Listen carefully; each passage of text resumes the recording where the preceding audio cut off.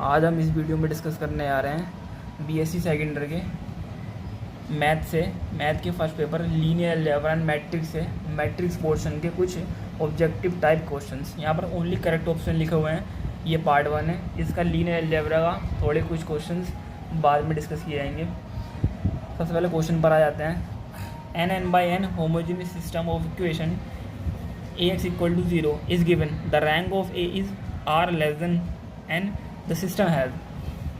देखिए, सबसे पहले जो होमोजेनियस सिस्टम है उससे कुछ मैट्रिक्स उसके कुल हल निकालने के लिए मैट्रिक्स बनाया गया है, और वो सिंगल मैट्रिक इक्वेशन जिसके द्वारा हमें लीनियर या फिर होमोजेनियस इक्वेशन या नॉन होमोजेनियस के सॉल्यूशंस निकाले जाते हैं। ये एक मैट्रिक्स पढ़ने का बहुत बड़ा कारण भी यही है कि जो हमें सॉल्यूशंस सिंगल या फिर अलग अलग इक्वेशन से सिंपल तरीके से फाइंड आउट करना मुश्किल हो जाता है, उसका सॉल्यूशन मैट्रिक्स द्वारा बड़ी आसानी से निकाला जा सकता है। इसलिए हम यहाँ पर मैट्रिक्स का अध्ययन करते हैं, मैट्रिक्स के सारे कॉन्सेप्ट पढ़ते हैं, वो सारी थ्योरी डेवलप करी गई है। ये इसी के लिए करी गई है। तो यहाँ पर रैंक जो है किसी भी जो मैट्रिक्स को बनाया गया है उसकी रैंक उसके ऑर्डर से लेस है। तो सिस्टम है, तो सिस्टम क्या रखेगा? वो सिस्टम रखेगा n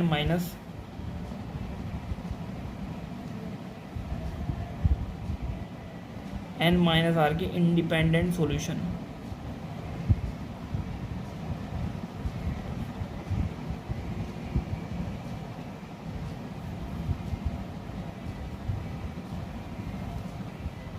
ऑर्डर है जितना उस मैट्रिक्स का ऑर्डर है और जितनी उसकी रैंक निकल गई है उसमें से माइनस कर देंगे, तो जितने बचे सॉल्यूशंस वो उसके इंडिपेंडेंट सॉल्यूशन होंगे उस सिस्टम के। अब यहाँ पर दूसरा क्वेश्चन देखते हैं। For which value of x the rank of the following matrix is 2। यहाँ पर मैट्रिक्स दिया हुआ है 3x3 ऑर्डर का है। इसकी कौन सी वैल्यू के लिए इसकी रैंक 2 निकल गई है, यहाँ पता करना है। तो ये ऑर्डर इस मैट्रिक्स का 3 है।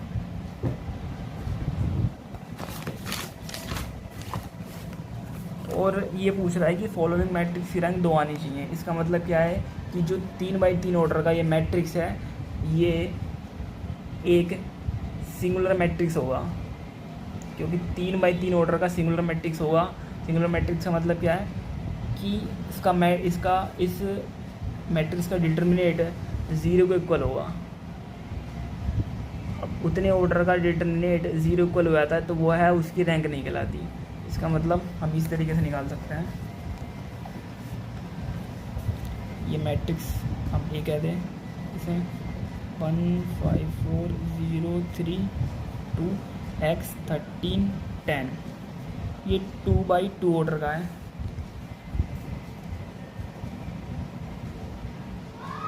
अब वहाँ पर सीधे तौर पर दे रहा है कि इसकी रैंक 2 है। 2 का मतलब ये 2x2 ऑर्डर का जो डिटर्मिनेट बनाएगा उसकी वैल्यू वो नॉन सिंगुलर होगा, पर जबकि 3x3 ऑर्डर का ये खुद है, ये खुद एक सिंगुलर मैट्रिक्स होगा। सिंगुलर मैट्रिक्स का मतलब क्या है? ये इसको डिटर्मिनेट बना लें 5 4 0 3 2 x 13 10 एक नॉन सिंगुलर होगा, मतलब 0 के इक्वल होगा। अब इसे सोल्व कर ले रहे हैं। फर्स्ट रो के कोडिंग करते हैं। 13 माइनस का 26 माइनस का 5 0 माइनस का 2x प्लस का 4 0 माइनस का 3x, ये बचेगा 4 5 10x 12x minus minus plus 4 minus के 2x = 0, x बराबर 2। तो x बराबर 2, x की 2 वैल्यू के लिए है इस मैट्रिक्स की रैंक 2 होगी। हम यहाँ पर लिख सकते हैं x बराबर 2। If A is a Hermitian matrix then IA will be. एक हर्मिशियन मैट्रिक्स है A। अब सबसे पहले हर्मिशियन मैट्रिक्स क्या होता है? हर्मिशियन मैट्रिक्स वो मैट्रिक्स है कि उस मैट्रिक्स का ट्रांसपोज करके उसका कंजुगेट निकालने पर वह मैट्रिक्स स्वयं आ जाए, तो वह मैट्रिक्स एक हर्मिशियन मैट्रिक्स कहलाता है। इस हम इस तरीके से भी कह सकते हैं कि ये नेसेसरी और सफिशिएंट कंडीशन होती है।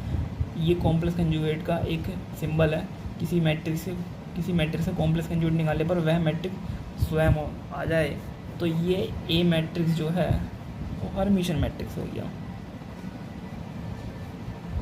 अब यहाँ पर इसकी हर्मिशियन मैट्रिक्स भी समझ ले रहे हैं कि यदि किसी मैट्रिक्स का ट्रांसपोज कंजुगेट निकालने पर वह नेगेटिव साइन के साथ वो मैट्रिक्स आ जाए, तो इस प्रकार के जो मैट्रिक्स होगा वो इसकी हर्मिशियन मैट्रिक्स लाएगा।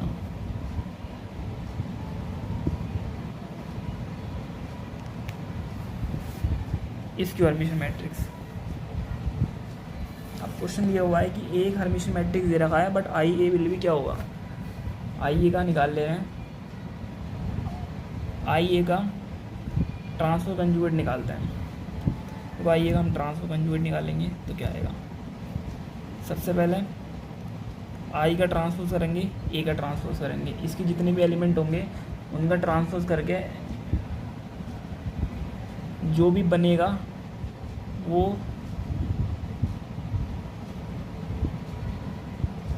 कोई भी इसमें एलिमेंट है ए के, फिर उसका हम कंजुगेट करेंगे। कंजुगेट करने पर जो आई एक इमेजिनरी वैल्यू है वो निगेटिव हो जाएगी।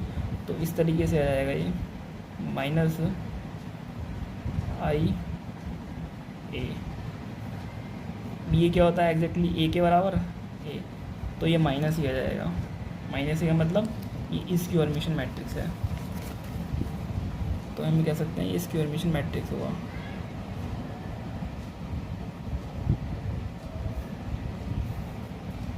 नेक्स्ट क्वेश्चन देखते हैं। If A matrix A has a non zero minor of order R, then rank, ये रैंक का सिंबल है, किसी भी मैट्रिक्स की रैंक के सिंबल को इससे डिनोट करता है रो से।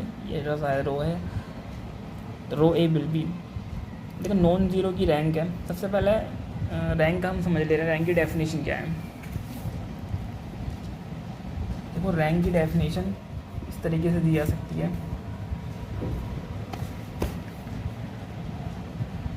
कि किसी भी मैट्रिक्स का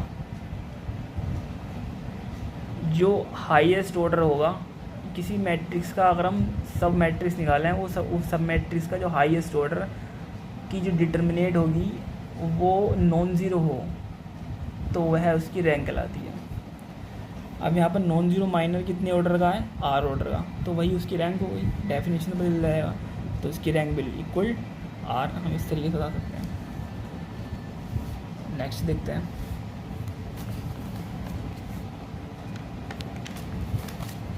The necessary and sufficient condition for a matrix to be invertible is that it is, तो यहाँ पर क्या गया है कि नेसेसरी और सफिशिएंट कंडीशन बतानी है इन्वर्टिबल मैट्रिक्स के लिए। तो इन्वर्टिबल मैट्रिक्स के फॉर्मूले से पता चल जाएगा। हम किसी भी एक मैट्रिक्स है, ए का इन्वर्स हमें पता करना है, तो ए का इन्वर्स इस तरीके से निकाला जाएगा। पहले उस एक मैट्रिक्स का डिटरमिनेंट, फिर उस मैट्रिक्स का एडजॉइंट निकाल दें और उससे इसे भाग दे दें, तो हमें ए इन्वर्स पता चल जाएगा। पर इसमें नेसेसरी और सफिशिएंट कंडीशन क्या होती है कि जो ये मैट्रिक्स का डिटरमिनेंट है वो कभी भी नॉट इक्वल टू या कि ज़ीरो के बराबर ना आए। किसी डिटरमिनेंट का मैट्रिक्स ज़ीरो के बराबर ना आए तो उसे हम नॉन सिंगुलर मैट्रिक्स कहते हैं।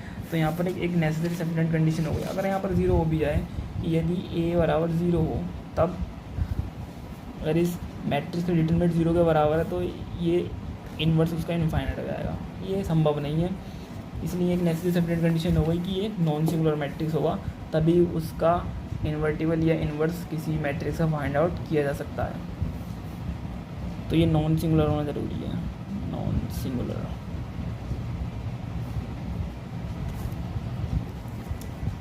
क्वेश्चन देखते हैं। द सिस्टम ऑफ इक्वेशंस, ये कुछ इक्वेशन दी रखी हैं, नॉन होमोजेनियस इक्वेशंस हैं, ये 3 इक्वेशन दे रखी हैं। Has the system of equation has, मतलब इसकी सिस्टम ऑफ इन सब इक्वेशन के पास क्या है। अब इसके सॉल्यूशन की यहाँ पर बात कर रहे हैं। इसके सॉल्यूशन कितने होंगे, एक सॉल्यूशन होगा, फाइनाइट सॉल्यूशंस होंगे, इनफाइनाइट सॉल्यूशंस होंगे, क्या होगा उसे सॉल्यूशन पता करने के लिए। ये क्वेश्चन लॉन्ग क्वेश्चन में भी आता है बीएससी में। तो सबसे पहले हम ज़रा रैंक निकाल ले रहे हैं इसकी सिस्टम की। ये कुछ इक्वेशन दे रखी हैं, x + 2y + 3z = 1 और 2x + y + 3z = 2, 5x + 5y + 9z = 4। Single matric equation बना ले रहे हैं इसकी कोफिशिएंट यहाँ लिख दें 2 1 3 5 5 9। अननोन्स कितने हैं इसमें, 3, और यहाँ पर एक मैट्रिक्स हो गया 1 2 4। ये क्वेश्चन कुछ इस प्रकार से हो गई Ax = b।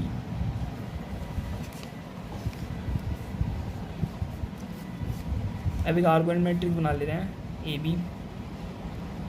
ये आर्गुमेंट मैट्रिक्स है हमारा 1 2 3 2 1 3 5 5 9 1 2 4। अब इस मैट्रिक्स को एक्चुअल फॉर्म में रिड्यूस करेंगे। इसे ऐसा करने के लिए इसे हम ई रो ऑपरेशंस लगाएंगे। सिर्फ इसमें ओनली ई रो ऑपरेशन से हम एक्चुअल फॉर्म बनाएंगे।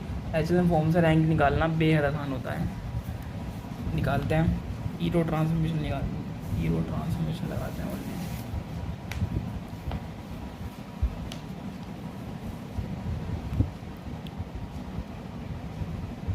रिड्यूस्ड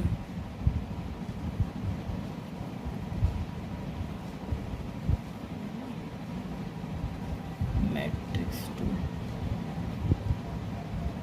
एक्चुअल फॉर्म अप्लाइंग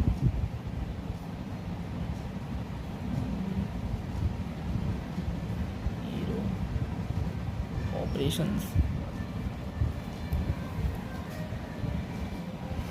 ठीक है, लगाते हैं हम। ये हमें पता ये होगा कि जो एचलन फॉर्म बनाने के लिए, एचलन फॉर्म क्या है कि हम अपर ट्रायंगुलर केस बना देंगे इस मैट्रिक्स में। तो हम कह सकते हैं एचलन फॉर्म प्राप्त कर लिए। अपर ट्रायंगुलर केस का मतलब क्या है, अब यहाँ पर सबकी डेफिनेशन अगर क्लियर है मैथमेटिक्स में तो बेहद आसान हो जाता है। अपर ट्रायंगुलर मैट्रिक्स में किसी भी मैट्रिक्स के जो एलिमेंट होते हैं, एलिमेंट के केस में जो ऑर्डर एलिमेंट के केस में एलिमेंट होते हैं जैसे ए आई जे,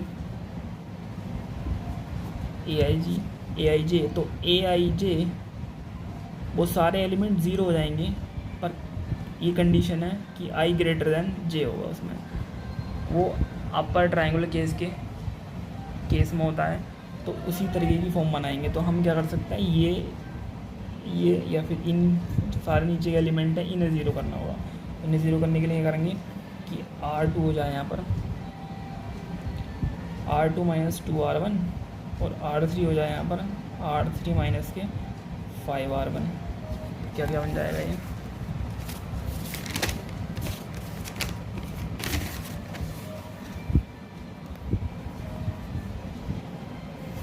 क्या था हमारा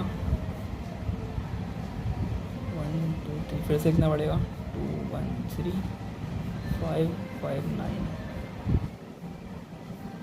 1 2 4।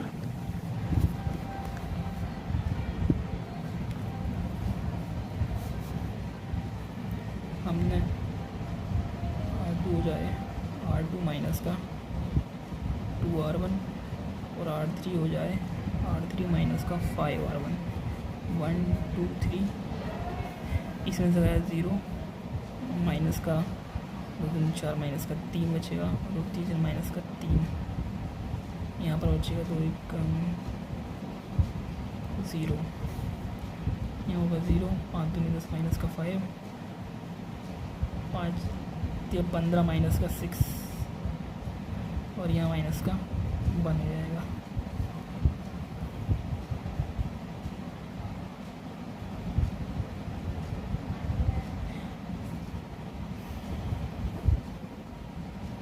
और सोल्व कर सकते हैं हम इसे। देखिए और सोल्व कर सकते हैं R3 में से,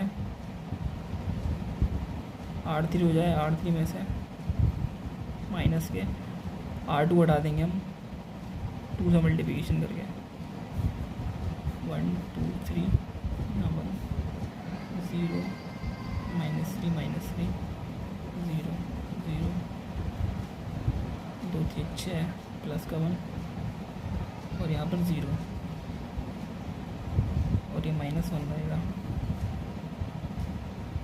अब यहाँ पर नॉन ज़ीरो रोज जो होती हैं एचलन फॉर्म में, वही उसका रैंक होगी। यहाँ पर नॉन ज़ीरो रोज कितनी है, नॉन ज़ीरो रोज हैं 3 ही हैं, तो इसकी रैंक 3 हो गई।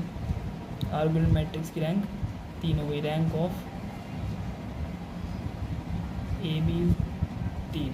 अब हम सिंगल मैट्रिक्स जो ए है उसकी रैंक निकालना चाहें तो उसकी रैंक भी जैसे 1 2 3 2 1 3 5 5 9,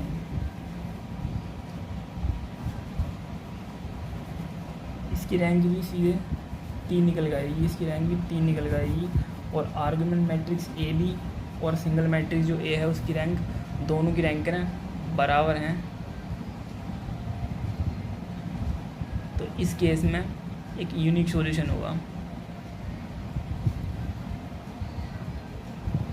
तो इसका यूनिक सॉल्यूशन होगा, या ओनली वन सॉल्यूशन कह सकते हैं हम। Only one solution.